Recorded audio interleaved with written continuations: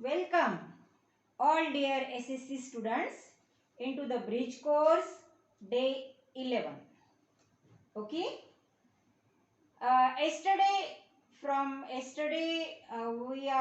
have been studying how to frame WH questions, how to frame our own WH questions on the extracts. Okay. We are going to revise the topic, same topic. See, I am going to read the story. Listen this story carefully. Okay. Once upon a time, in a desert far away, there was a rose who was so proud of her beautiful looks. Her only complaint was growing next to an ugly cactus. Every day, the beautiful rose would insult and mock the cactus on his looks, all while the cactus remained quiet. All the other plants nearby tried to make the rose see sense, but she was too swayed by her own looks. One scorching summer, the desert became dry and there was no water left for the plants. The rose quickly began to wilt. कोमेजून जायला सुरुवात झाली. Wilt, wither. Her beautiful petals, पाकळ्या, dried up, वाळून गेल्या, losing their lush color. बघा मित्रांनो, एक गोष्ट मी तुमच्यासाठी वाचली. ह्या गोष्टीचा अर्थ मी तुम्हाला मराठीत सांगत नाही. तुम्ही तो स्वतः लावण्याचा प्रयत्न करा. ह्यातला जो काही शब्द अडला असेल, डिक्शनरी उघडा, त्याचा अर्थ शोधा आणि पूर्ण गोष्टीचा अर्थ लावा. अतिशय सुंदर छान गोष्ट आहे. कोणाची गोष्ट आहे आणि काय घडतं त्या व्यक्तीच्या बाबतीत किंवा त्या ज्याची गोष्ट आहे त्या बाबतीत काय घडतं आणि अशा रीतीने कसे गर्वाचे घर खाली होते याची सुंदर गोष्ट इथे सांगितलेली आहे.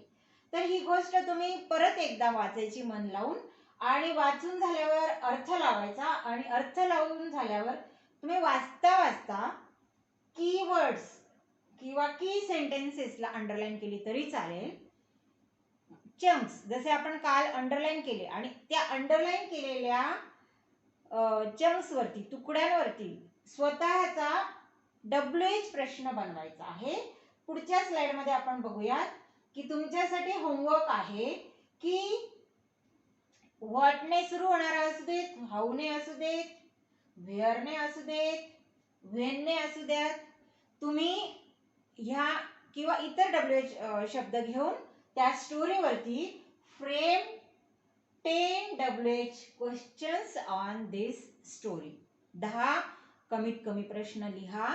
जास्त लिहिले तर अतिशय उत्तम. आपण पुढच्या स्लाइड कडे जाऊया. WH शब्द जो असतो तो WH प्रश्नासाठीच वापरला जातो का? नाही. WH शब्द हा वेगवेगळ्या वाक्यांमध्ये वेगवेगळे फंक्शन्स निभावत असतो.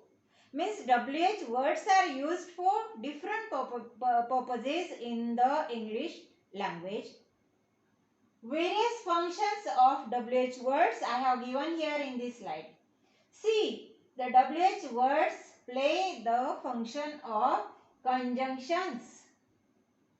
Conjunctions means into the clauses.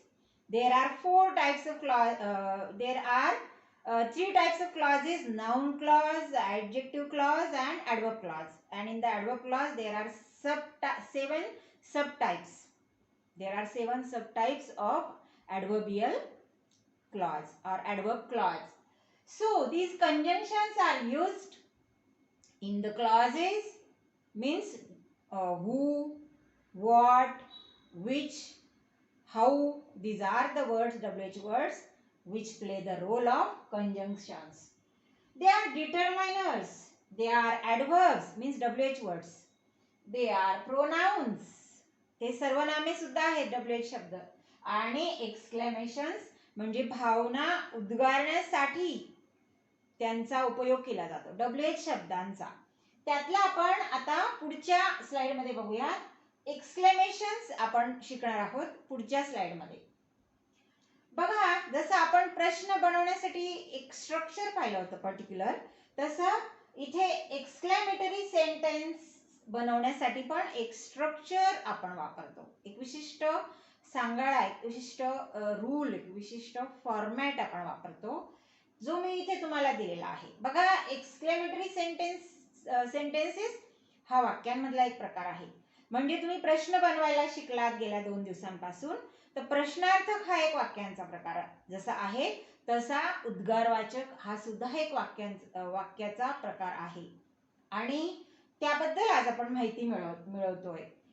तर हे व्हॉट आणि हाऊ हे जे 2 WH शब्द आहेत, ह्यांच्या मदतीने एक्सक्लेमेटरी सेंटेन्सेस बनवले जातात, भावना उद्गारल्या जातात त्यांच्या मदतीने. कशा बरं, आपण बघूयात. त्याचं स्ट्रक्चर आपण पाहूयात. व्हॉट म्हणजे सगळ्यात आधी सुरुवातीला व्हॉट अधिक नाउन फ्रेज, मग प्रोनाउन, आणि शेवटी व्हर्ब, आणि सगळ्यात शेवटी असतं ते उद्गारवाचक चिन्ह. उद्गारवाचक जसं प्रश्नचिन्ह द्यायला विसरायचं नसतं, तसं उद्गारवाचक चिन्ह पण द्यायला विसरायचं नसतं बरं का मित्रांनो.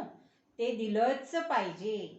जेवढं वाक्य महत्वाचं असतं तेवढं त्या वाक्याच्या शेवटी येणारं चिन्ह हे भाषेमध्ये खूप महत्वाचं असतं. मग ते फुल स्टॉप असू देत, क्वेश्चन मार्क असू देत, ते एक्सक्लेमेटरी मार्क असू देत, ते दिलंच पाहिजे. मग आपण वाक्य बनवूया या स्ट्रक्चर वरून. उद्गारवाचक, what a graceful woman she is. What a graceful woman she is.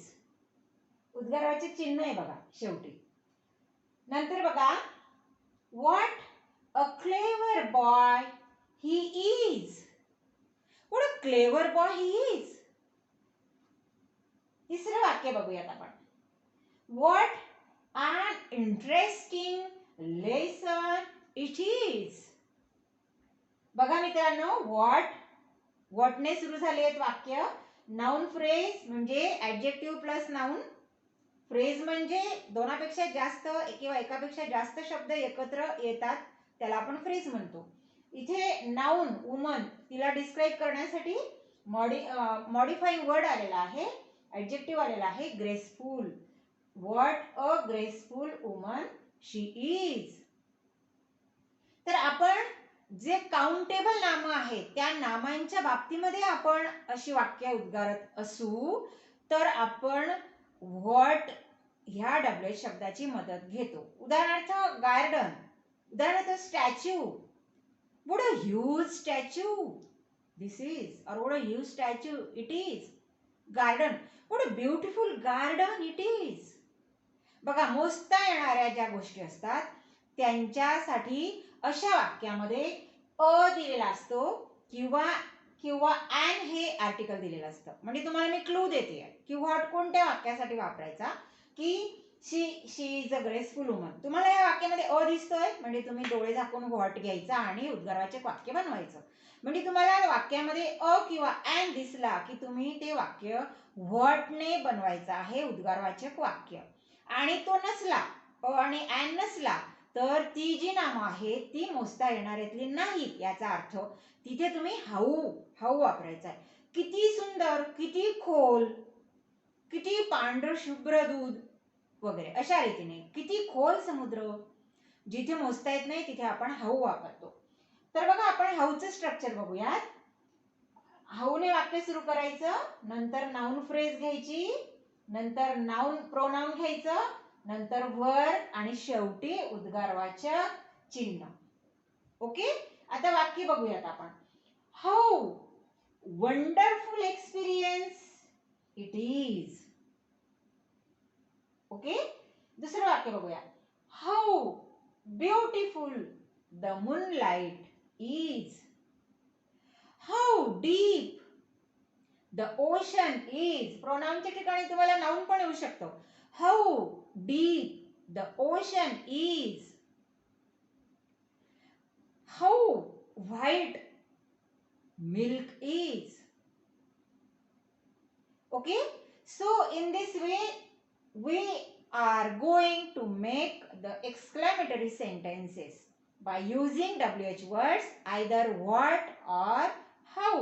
Let's go to the next slide. Okay, here what first column is what or how.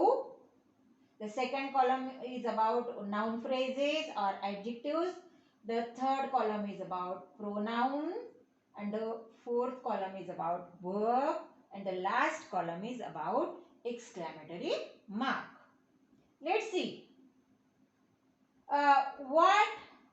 Let's see the sentence first. What a gorgeous room it is.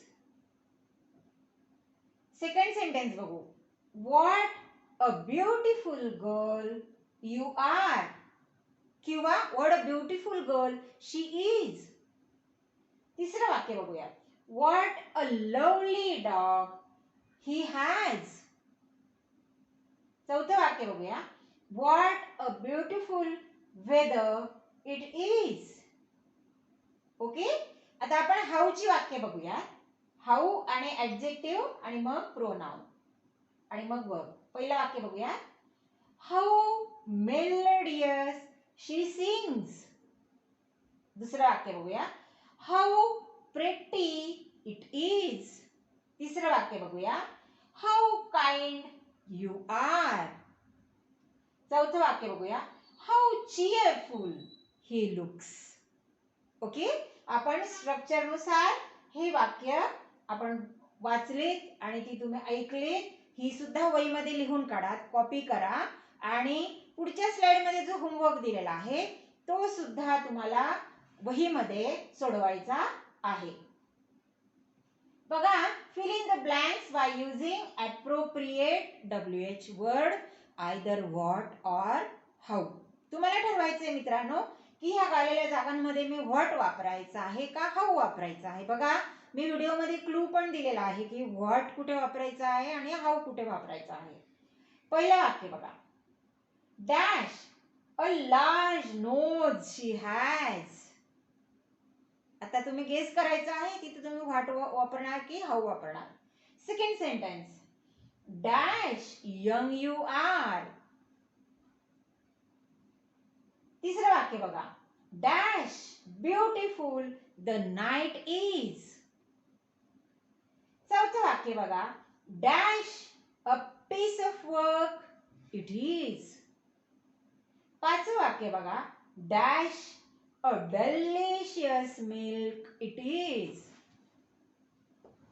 तर ह्याच्यामध्ये पहिलं वाक्य बघा knows संदर्भात आहे. तुम्ही ओळखा countable noun आहे की नाही आहे.